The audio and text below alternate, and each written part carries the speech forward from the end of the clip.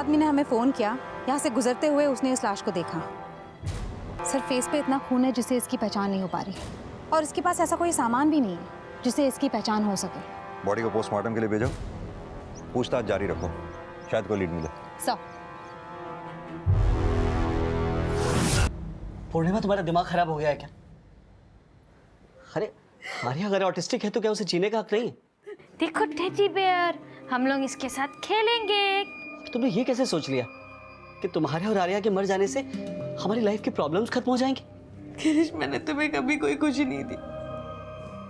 हमारी आर्या ऑटिस्टिक पैदा हुई और अब एंड फॉर गॉड से अब दोबारा ऐसा करने की सोचना भी मत। आर्या, आर्या रुक, आर्या, अरे रुको, आर्या, आर्या।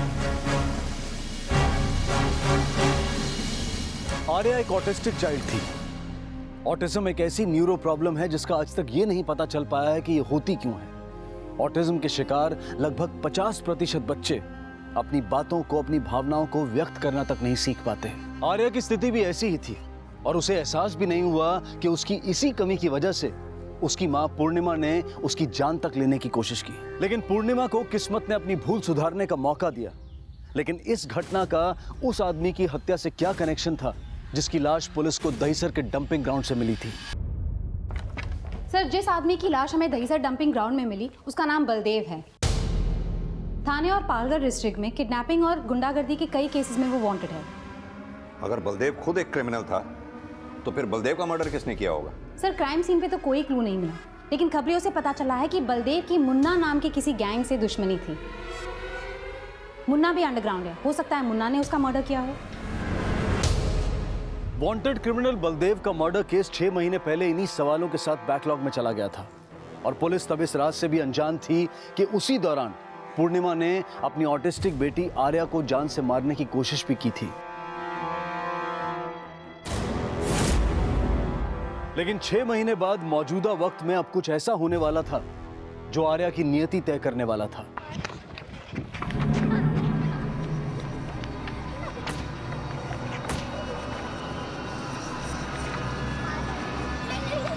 अरे रे, ये कौन है? भगा इसको।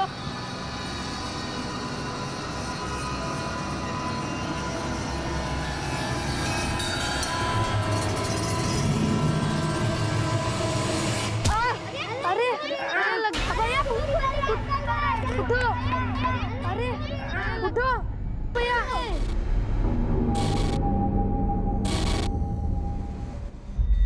आपकी बेटी की वजह से मेरा बेटा मरते मरते बचा है। पूरे 7 टाके आए हैं इसके सर में। देखिए, आर्या ने जो भी किया है उसके लिए मैं शर्मिंदा हूँ। आपके बेटे के इलाज में जितना भी पैसा खर्च होगा सब मैं दूंगा, बस आप शांत हो जाइए। पहले आप अपनी बेटी को शांत कीजिए। पूरी सोसाइटी के बच्चे डरने लगे हैं उससे। या तो उसे किसी हॉस्पिटल में भेजो या फिर अपने घर में बंद करके रखो, समझे? नहीं तो अच्छा नहीं होगा। चल बेटा।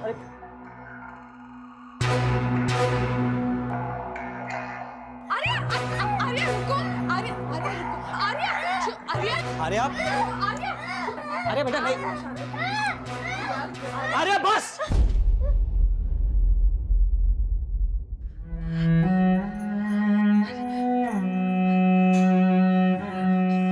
आर्या बेटा, बेटा तुझे डांट के हमें भी अच्छा नहीं लगता ना, पर देखना तूने क्या किया।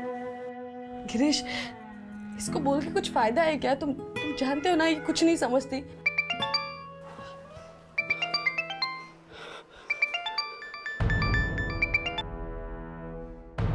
किसका फोन है? वो ऐसे ऑफिस से था।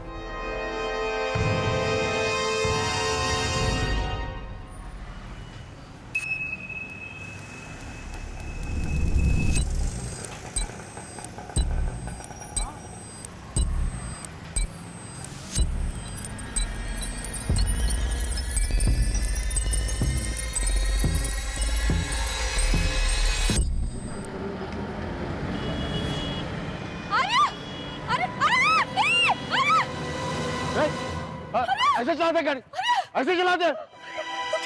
तुम ठीक हो? हाँ? Thank you so much. पूर्णिमा, तुम्हें पता है ना कि तुम प्रेग्नेंट हो और ऐसी हालत में तुम्हें इसके पीछे दौड़ना पड़ा। अरे फिर से लापरवाही क्यों कर रही है? इसको मार्केट लेके नहीं जाना चाहिए था।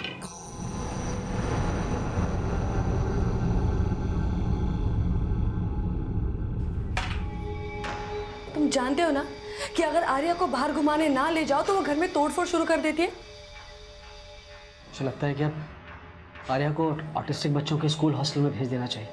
पैसे का इंतजाम हो गया है, मुझे 4 लाख का इंसेंटिव भी मिला है, so we will manage. Girish, Arya हमारे बगैर कैसे रह पाएगी? उसके फ्यूचर के लिए ज़रूरी है। वैसे भी इस हालत में तुम्हें अपना ख्याल रखना पड़ेगा ना। आर्या की किसी शरारत की वजह से तुम्हें कोई हार्म हुआ तो।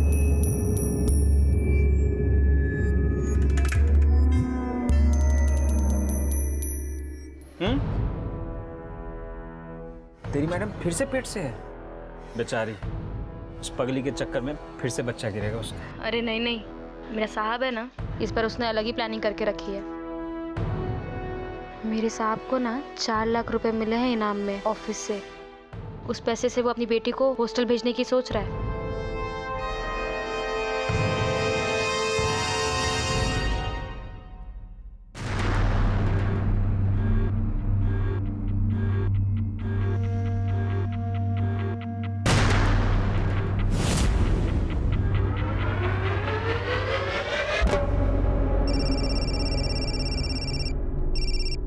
हेलो हेलो पूर्णिमा।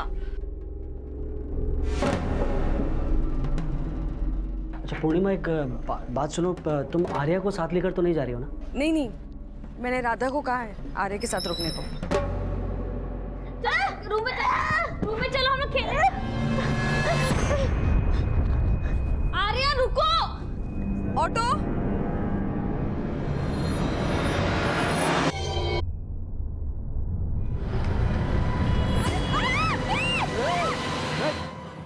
ऐसे चलाते गाड़ी, ऐसे चलाते।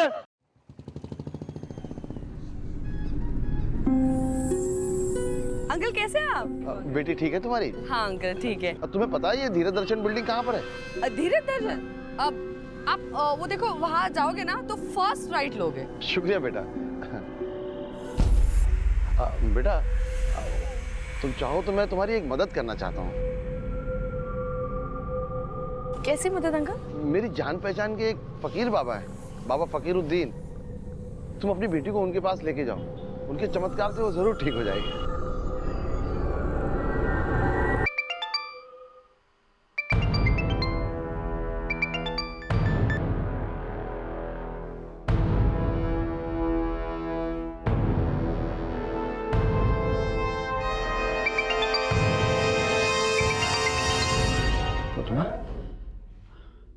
हेलो गिरीश, गिरीश आर्या। पूर्णिमा, क्या हुआ आर्या को? जब मैं क्लिनिक से वापस आई तो दरवाजा खुला था, सारा सामान फैला हुआ है और आर्या भी कहीं नहीं थी। कैश और ज्वेलरी सब गायब है और राधा का फोन भी नहीं लग रहा। व्हाट? गिरीश तुम जल्दी आ जाओ, मुझे आर्या की बहुत फिक्र हो रही है। पता नहीं वो कहाँ के साल में होगी मेरी बच्ची।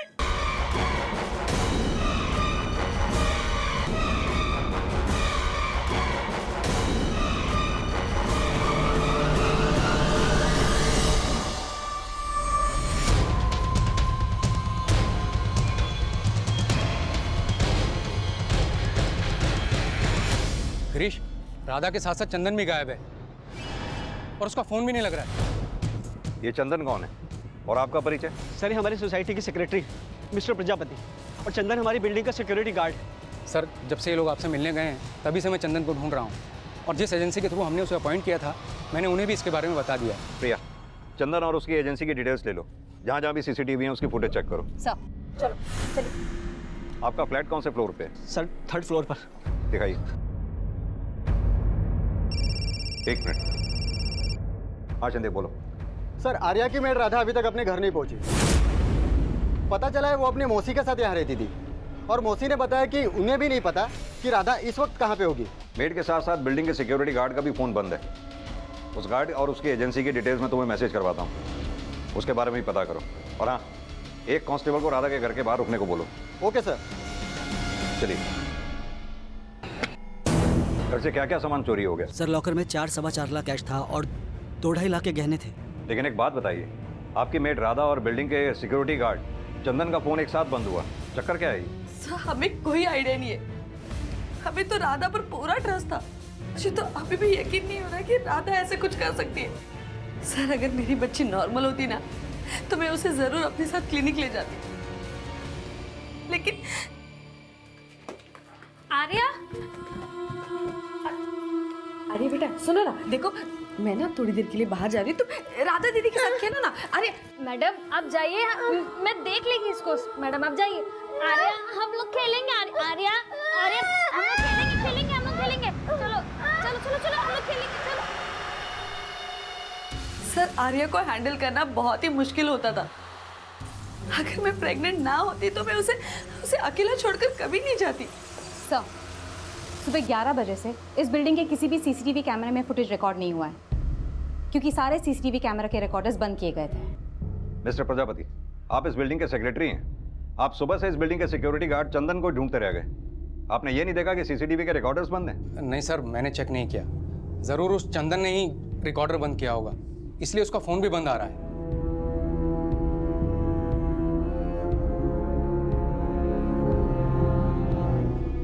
सर, जो फुटेज अवेलेबल है, करीब 11 बजे से पहले आर्या की मां को बिल्डिंग से बाहर जाते हुए देखा गया, और रिकॉर्डर बंद होने के ठीक 2 मिनट पहले ये गार्ड अंदर गया।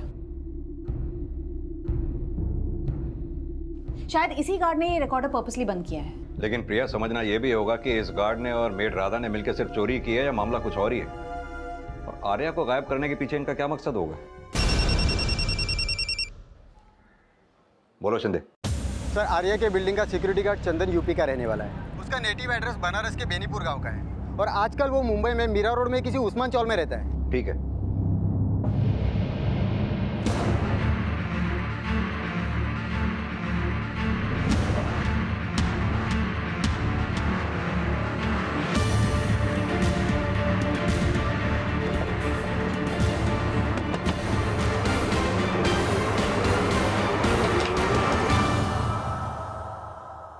साहब, चंदन ड्यूटी पे गया तो अपना बैग भी पैक करके ले गया साहब। कुछ बता के गया था? क्या कांड करने वाला है आज वो? साहब, इस बारे में हमें कुछ नहीं पता, लेकिन हाँ, उसका राधा के साथ चक्कर जरूर चल रहा था सर। राधा और चंदन दोनों चोरी करके फरार हैं। राधा जिनके घर में काम करती थी, उनकी बेटी भी गायब है। तुम दोनों को वाकई नहीं पता कि वो कहाँ हैं या कुछ छुपा रहे हो हमसे? साहब, इस बारे में सच्ची हमें कुछ भी नहीं पता।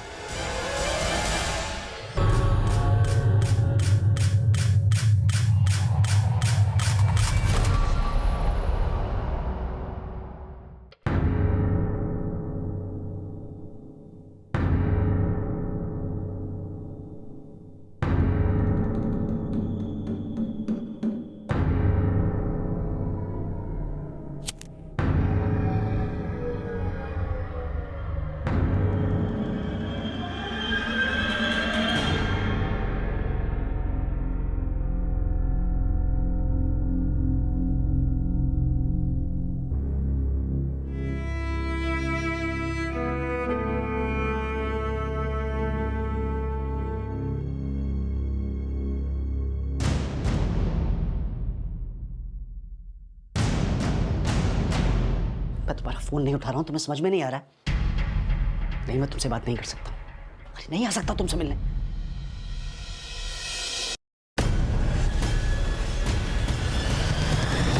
किससे बात कर रहे थे? एक दोस्त का कॉल था। अच्छा गिरीश, इस एल्बम में से आर्या का एक फोटो गायब है। तुम्हें पता है कि कहाँ है? आर्या गायब हो गई है पूर्णिमा, और तुम आर्या के फोटो को लेके परेशान हो। तुम्हें आर्या की कोई परवाह वरवा है भी या बस? क्या मतलब?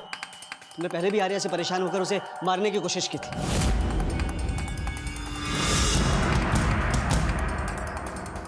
मैडम क्या कर रही हो? मैडम आप ये क्या कर रही थी? मर जाने दे हमें, मर जाने दे हम दोनों को। नहीं मैडम, मैं आपको ऐसा कुछ नहीं करने देगी। गिरीश, तुम भूल रहे हो कि आर्या के साथ साथ मैं भी मरना चाहती थी। हाँ, और राधा ने तुम्हें ये सब करने से रोका था। तो अब अचानक से ऐसा क्या हो गया कि राधा एकदम से बदल गई? ये तुम मुझसे क्यों पूछ रहे हो? क्योंकि जिस दिन आर्या गायब हुई, तुम आर्या और राधा के साथ किसी बाबा के पास जाने की बात कर रही थी। गिरीश, एक बार मिलने में क्या हर्ज है? आर्या को दिखाने के साथ साथ उनसे ये भी पूछ लूंगी कि हमारा आने वाला बच्चा भी आर्या के जैसे होगा या नहीं। पूर्णिमा, इस अंधविश्वास के चक्कर में मत पड़ो। तुम डॉक्टर के पास जा रही हो ना, बस वहीं जाओ। गिरीश, तुम्हें ऐसा क्यों लग रहा है कि तुम्हारे मना करने के बावजूद मैं उस बाबा से मिलने गई थी? क्योंकि अगर तुम वहां नहीं गई तो राधा आर्या को लेकर गायब क्यों हुई? गायब तो घर से जेवर और कैश भी है और वो सिक्योरिटी गार्ड भी। गिरीश, गिरीश तुम ऐसा सोच भी कैसे सकते हो? मैं अपने बच्चे को, तुम क्या बोल रहे हो? जो औरत आर्या को मारने की कोशिश कर सकती, अपने कोख में पल रहे बच्चे को गिराने की कोशिश कर सकती है, वो तो कुछ भी।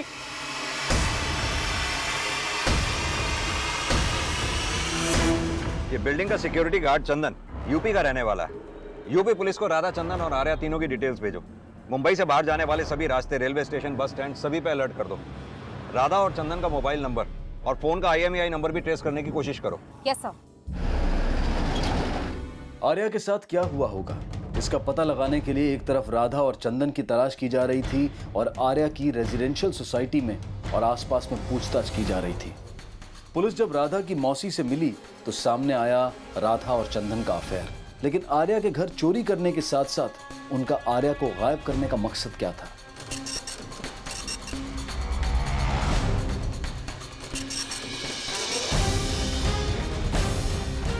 सर, राधा और चंदन की कॉल रिकॉर्ड से साफ है कि उन दोनों का अफेयर था। राधा और चंदन अगर आर्या के घर से चोरी करके भागे तो जाहिर सी बात है वो आर्या को अपने साथ फिरौती के लिए तो लेके गए नहीं होंगे। अब सवाल ये उठता है कि वो ऐसी लड़की को अपने साथ लेके कैसे गए होंगे जिस पर काबू पाना इतना आसान नहीं था। सर, उस दिन जो कुछ भी हुआ CCTV कैमरा में फुटेज कैप्चर नहीं हुआ क्योंकि रिकॉर्डर बंद किया गया था। और आर्या के बिल्डिंग और उसकी सोसाइटी के आसपास पूछताछ करने के बाद भी राधा, चंदन और आर्या को विटनेस करने वाला कोई भी सामने नहीं आया। और सर, ना ही यूपी पुलिस ना कहीं और से इन तीनों के बारे में कोई भी लीड मिला है। हो सकता है प्रिया ये दोनों मुंबई में ही कहीं छुपे हों। लॉजेज और गेस्ट हाउसेज में पूछताछ करो, हो सकता है कुछ पता चले। सर, जो औरत आर्या को मारने की कोशिश कर सकती है, अपने कोख में पल रहे बच्चे को गिराने की कोशिश कर सकती है, वो तो कुछ भी, वो तो कुछ भी।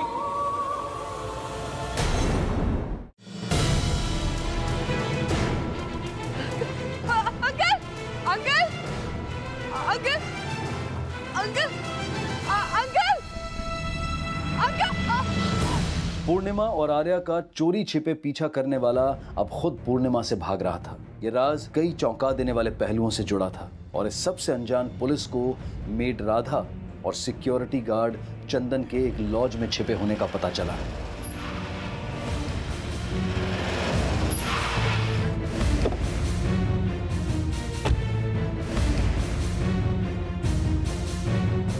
एक्सक्यूज मी, ये तीनों इसी लॉज में ठहरे हैं?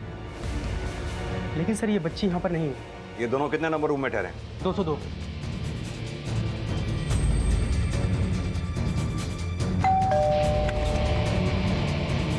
पाटिल, लेके चलो सर। मोनिशा, लेके चलो सर।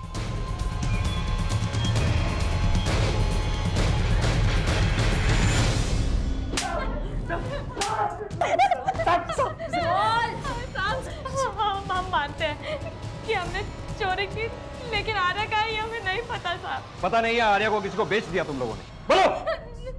नहीं नहीं साहब, हमारा प्लान सिर्फ चोरी का था। जब मेरे को पता चला कि मेरे साहब के पास खूब पैसा आया है तो चंदन ने मेरे को बोला।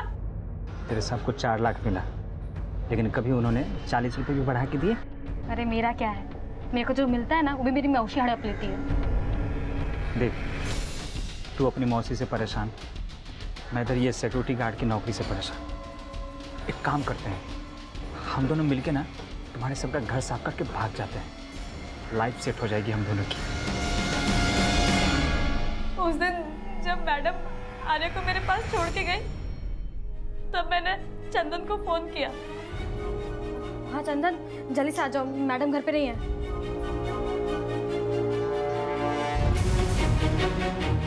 साहब, जैसे ही मैडम बिल्डिंग से निकली मैं भाग के CCTV रूम में गया और रिकॉर्डर ऑफ कर दिया।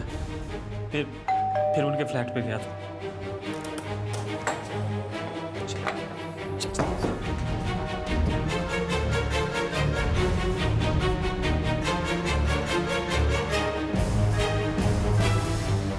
साहब, हम जेवर और पैसे लेके वहां से भाग गए। आर्या के साथ क्या हुआ है ये हम लोगों को नहीं पता। हम लोग उसको घर पे ही छोड़ के गए थे। ये भी तो हो सकता है कि चोरी के दौरान तुम्हारे हाथों आर्या का मर्डर हो गया हो, बाद में उसकी लाश ठिकाने लगा दी हो तुम लोगों ने। अरे नहीं साहब, हमारे यहाँ तो मर्डर नहीं हुआ है उसका। प्रिया, ये ऐसे नहीं बोलेंगे, खातिरदारी करो इनकी। बहुत जल्दी बोल। मैडम विश्वास करो हमारा, हमने आर्या को नहीं मारा। तो फिर क्या किया आर्या के साथ? साहब आर्या से तो सिर्फ खुद के माँ बाप परेशान थे, नफरत करते थे उससे। आर्या के कारण मैडम पे एक बार बच्चा गिर गया था। बच्चा गिर गया था, लेकिन तुम्हारी मैडम तो प्रेग्नेंट है। साहब वो दोबारा हुई है। 8 महीने पहले भी आर्या के कारण मैडम का बच्चा गिर गया था। तेरे हुड़दंग की वजह से हमें जिंदगी में कोई भी सुख नसीब नहीं हुआ। पता नहीं कौन सी घड़ी थी कि जब तुम्हें बोला था ना अपना ध्यान रखना, लेकिन कम तो तुम भी नहीं। इसके बाद मैडम ने आर्या के साथ आत्महत्या करने की भी कोशिश की थी। तू बोल रही है 6 महीने पहले पूर्णिमा ने आर्या के साथ आत्महत्या करने की कोशिश की थी, लेकिन गायब तो सिर्फ आर्या ही है। मेरे को लगा कि मैडम आत्महत्या करना चाहती थी, लेकिन हो सकता है कि मेरे को गलत लगा और मैडम से आर्या को धक्का देना चाहती हो। सब मैं मानती हूँ कि 6 महीने पहले मैंने आर्या के साथ आत्महत्या करने की कोशिश की थी। लेकिन राधा तो ये भी बोल रही थी कि तुमने उस वक्त आर्या को ही मारने की कोशिश की थी। नहीं सर, मैं खुद आर्या के साथ आत्महत्या करना चाहती थी। तो अब उसे मार दिया? सर आप ऐसे कैसे बोल रहे हैं? मैं अपनी बच्ची को क्यों मारूंगी सर? लेकिन 6 महीने पहले तो अपनी बेटी आर्या को मारने की कोशिश की ही थी ना आपने।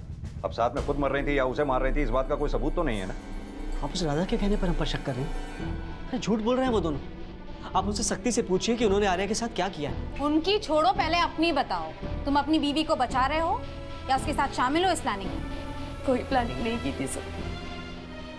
6 महीने पहले मैंने जो गलती की थी उसका सबक मुझे तभी मिल गया था। सर मैं और गिरीश आर्या से बहुत प्यार करते हैं। अब प्लीज हम पर ऐसे आरोप मत लगाइए। चलो माना कि तुमने आर्या के साथ कुछ भी नहीं किया, लेकिन राधा और चंदन के अलावा और कौन हो सकता है जो आर्या को हानि पहुंचा सकता है? पहले आप अपनी बेटी को शांत कीजिए। पूरी सोसाइटी के बच्चे डरने लगे हैं उससे। या तो उसे किसी हॉस्टल में भेजो या फिर अपने घर में बंद करके रखो, समझे? नहीं तो अच्छा नहीं होगा। तो तुम ये कहना चाहते हो कि तुम्हारी बेटी आर्या ने तुम्हारे सोसाइटी के सेक्रेटरी के बेटे का सर फोड़ा, इसलिए उसने उसको गायब कर दिया?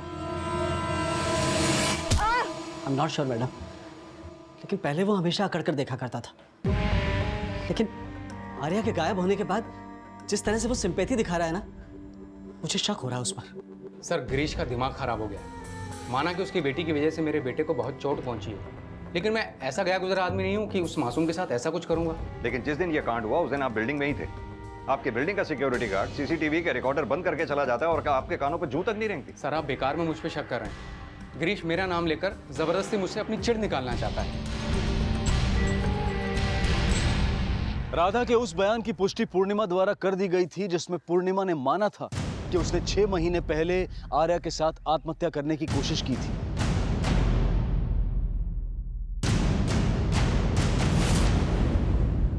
लेकिन उसने आर्या के साथ आत्महत्या करने की कोशिश की थी या फिर सिर्फ आर्या को मारने की कोशिश की थी, ये सवाल अब भी बना हुआ था। पूर्णिमा की सफाई और गिरीश द्वारा सोसाइटी सेक्रेटरी प्रजापति पर शक जताने के बाद आर्या मिसिंग केस में एक के बाद एक कई सस्पेक्ट नजर आ रहे थे, लेकिन आर्या किस अपराध का शिकार हुई थी ये अब तक रहस्य बना हुआ था और बहुत जल्द इस केस में एक नया एंगल सामने आया है। सर मैंने आर्या के पेरेंट्स गिरीश और पूर्णिमा की एलिबाई चेक की। जब आर्या गायब हुई तो गिरीश अपने ऑफिस में था और पूर्णिमा क्लिनिक में। सर गिरीश के कॉल रिकॉर्ड्स के मुताबिक पिछले 6 महीने से उसकी कोई सुमन नकवा नाम की औरत से बातें चल रही है।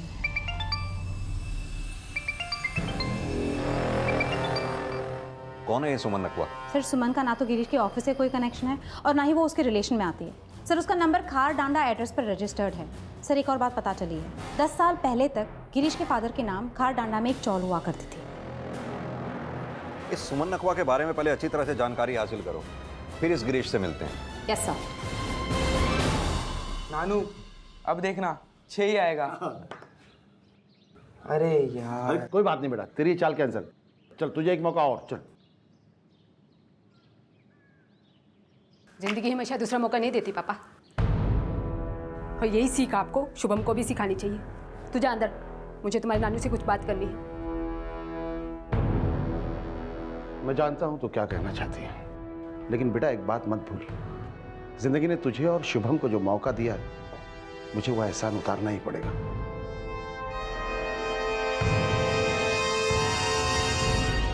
पूर्णिमा कहाँ जा रही हो तुम? 12 बजे डॉक्टर से अपॉइंटमेंट है हमारा।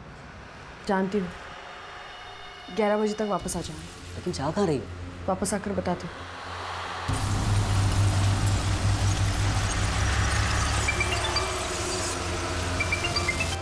सुमन। हेलो।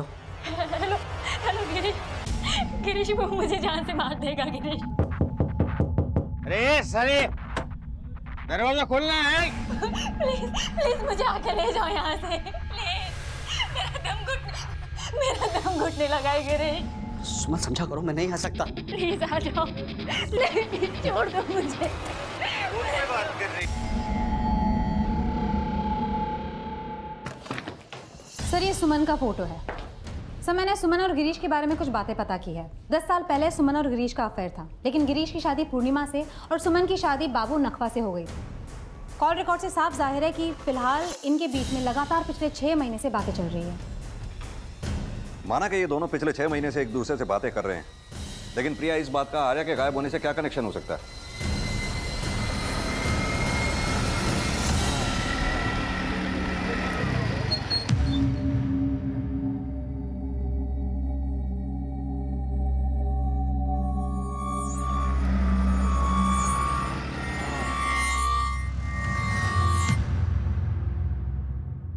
ऐसा करते हैं, गिरीश की वाइफ पूर्णिमा से मिलते हैं, उससे सुमन और गिरीश के बारे में बात करते हैं, देखते हैं वो क्या कहती है।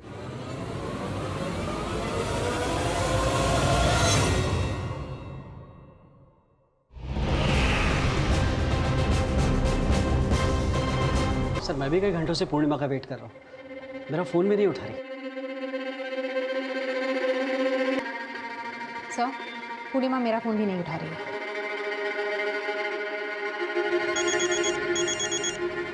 हेलो।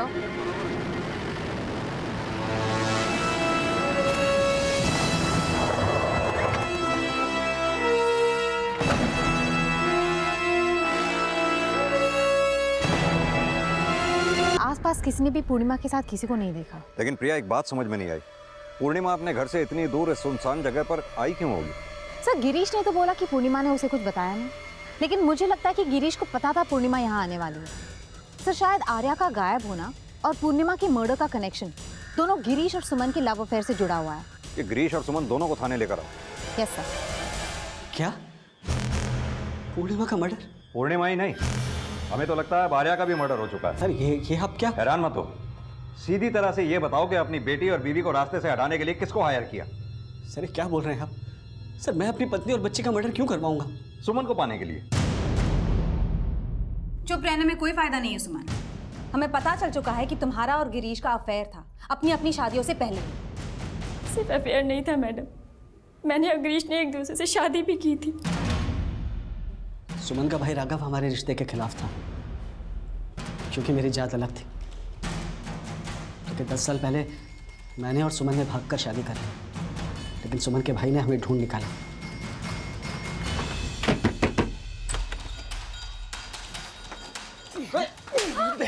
मेरी बहन को भगाएगा, मेरी बहन को भगाएगा साले।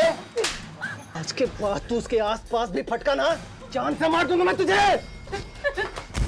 चल चल। गिरीश, मुझे तो छोड़ दे। उसके बाद मेरे भाई ने मेरी शादी जबरदस्ती हमारे पड़ोसी बाबू से करवा दी। उसके बाद मैं और मेरे पेरेंट्स बहुत ज़्यादा डर गए थे। सुमन के भाई की वजह से हमें खारदांडा भी छोड़ना पड़ा। फिर उसके कुछ समय बाद मेरे फादर ने मेरी शादी पूर्णिमा से करवा दी। पिछले 10 साल से मैं अपने शराबी पति के जुल्म से रह रही हूँ। उसके मार खा के भी उसके लिए कमाना पड़ता है मुझे। मैं सेल्स गर्ल हूँ, ऑफिस जाके प्रोडक्ट्स बेचती हूँ। इसी सिलसिले में 6 महीने पहले मेरी दोबारा गिरीश से मुलाकात हुई, और फिर उसके बाद मेरी और गिरीश से अक्सर मुलाकातें होती थी। सर मेरी बुजदिली की वजह से ही सुमन ने ये दिन देखे। मैं अपने गिल्ट में सुमन के साथ अपने दुख दर्द बांटने लगा और फिर पता ही नहीं चला कि कब धीरे धीरे हम लोग फिर से करीब आ गए।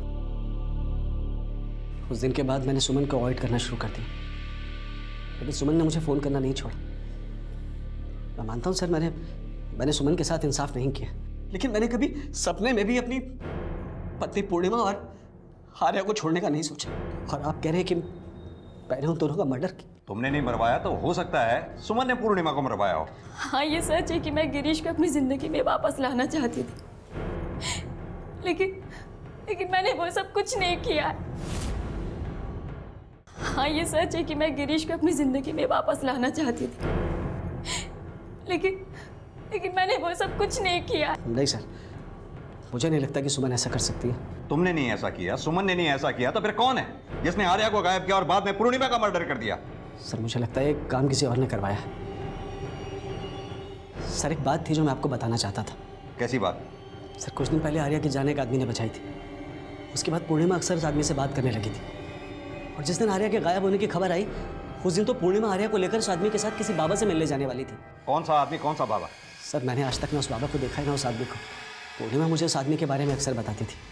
सर मुझे लगता है कि उस दिन भी पूर्णिमा उसी आदमी से मिलने गई होगी। देखो गिरीश, और कहानी नहीं। अब मैं कहानी नहीं बना रहा हूँ सर, पर मुझे इतना पता है कि पूर्णिमा उस आदमी को अंकल कहकर बुलाती थी। पुलिस ने जब गिरीश के बयान की पुष्टि की तो पूर्णिमा के उस बुजुर्ग के साथ में देखे जाने के बयान सामने आए और फिर उस अनजान शख्स का स्केच बनवाया गया।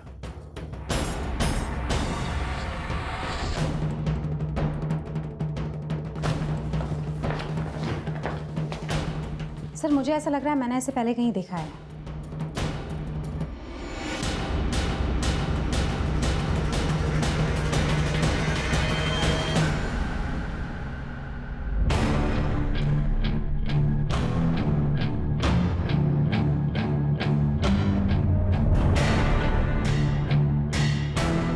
सर ये फोटो इस स्केच के साथ मैच कर रही है।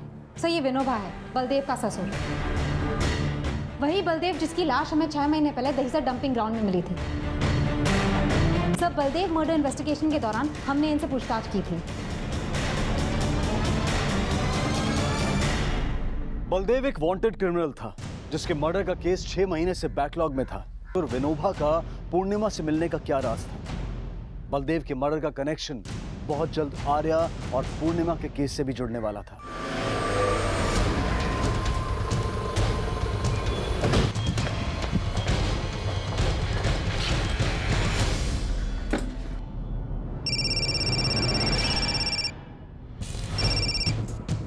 हाँ प्रिया बोलो।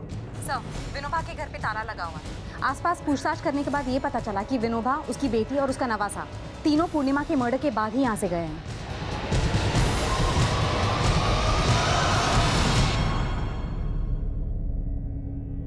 ये आर्या के गायब होने और पूर्णिमा के मर्डर से इस विनोबा का कोई ना कोई कनेक्शन जरूर हो सकता है, तभी उसका फोन बंद आ रहा है। फौरन इस विनोबा के कॉल रिकॉर्ड्स निकलवाओ, पता लगाने की कोशिश करो कि इस वक्त वो हो कहाँ सकता है। सर पुलिस ने विनोबा की तलाश शुरू कर दी और जल्द ही विनोबा से जुड़ा एक और राज सामने आया।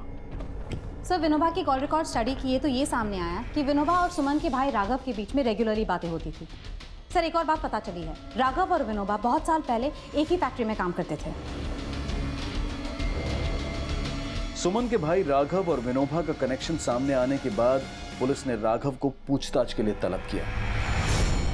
देखो मैडम, मैं मानता हूँ कि मैं विनोबा को फोन करता था, लेकिन मैंने कुछ नहीं किया है। ज्यादा शाना मत बन, विनोबा पकड़ा जा चुका है।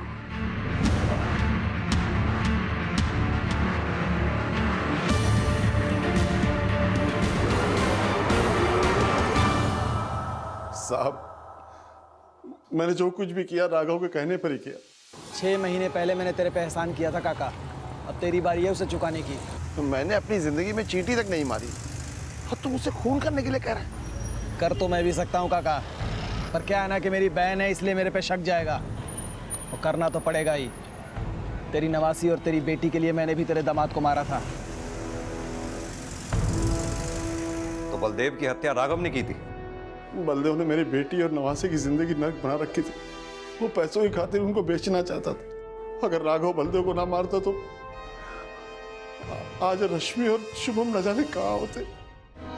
बलदेव के मर्डर के बदले मैं विनोबा से गिरीश की बेटी और बीवी को मरवाना चाहता था ताकि सुमन और गिरीश फिर से एक हो सके। 10 साल पहले तूने ही उनको अलग किया था और अब वापस उनको। मैं अपनी वही गलती सुधारना चाहता था क्योंकि सुमन मुझे हमेशा कोसती थी। राखी के तोहफे तो ले आए, पर तेरे जैसे भाई को राखी बांध के मुझे मिला क्या? गिरीश से अलग करके एक बेवड़े से शादी करवा दी तूने मेरी। इनका क्या करूं मैं? क्या करूं? मैं चाह के भी सुमन की जिंदगी सुधार नहीं सका। फिर मुझे एक दिन पता चला कि गिरीश और सुमन आपस में फिर से मिलने लगे हैं।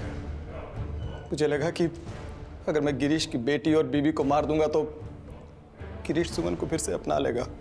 मैंने राघव को मर्डर करने से मना कर दिया था, लेकिन उसके कहने पर मैं आर्य और पूर्णिमा को उसके पास ले जाने का प्लान बनाया। मेरी जान पहचान के एक फकीर बाबा हैं, बाबा फकीरुद्दीन। तुम अपनी बेटी को उनके पास लेके जाओ, उनके चमत्कार से वो जरूर ठीक हो जाएगी। पूर्णिमा मेरे साथ चलने के लिए तैयार थी, लेकिन उसके पति ने उसे मना कर दिया था।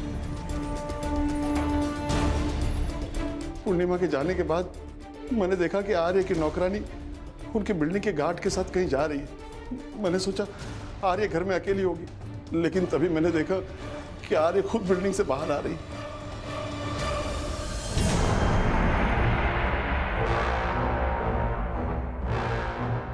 मैं आर्य को राघव के पास ले गया और राघव ने उसको आर्य को मारने के बाद राघव उसकी मां को भी मारना चाहता था, लेकिन मैंने उसे मना कर दिया था कि इस बार मैं कुछ भी नहीं करूंगा। लेकिन पूर्णिमा मुझसे दोबारा मिलना चाहती थी। तब मुझे लगा कि उससे मुझ पर शक हो गया, लेकिन कुछ दिन के बाद वो मुझे फिर मिली, लेकिन उसने शक नहीं जताया। उसने बोला कि वो उस बाबा से मिलना चाहती है जिसके बारे में मैंने उससे झूठ बोला था। मुझे लगा कि मैं उसे और धोखा ना दूं, लेकिन फिर अपने ज़मीर को मार के मैंने पूर्णिमा से कहा कि मैं उसे उस बाबा से मिला दूंगा। फिर उसे एक जगह मिलने के लिए बुलाया।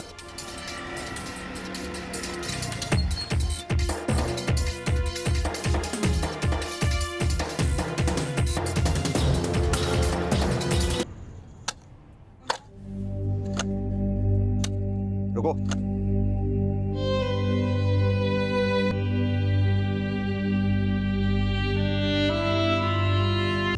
आर्या, आप प्लीज छूइए नहीं। What it?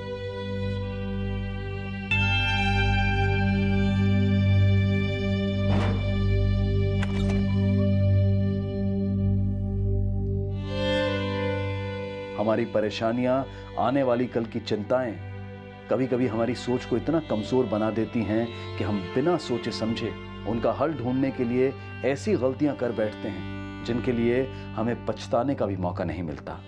राघव की सोच इतनी विकृत थी कि उसने अपराध करके अपनी उस भूल को सुधारने का सोचा जिसमें वो अपनी बहन के लिए पश्चाताप तो नहीं कर पाया, लेकिन पूर्णिमा और आर्या की जिंदगी छीनकर कई और जिंदगियां भी तबाह कर दी। अब मैं अनूप सोनी आपसे विदा लेता हूं।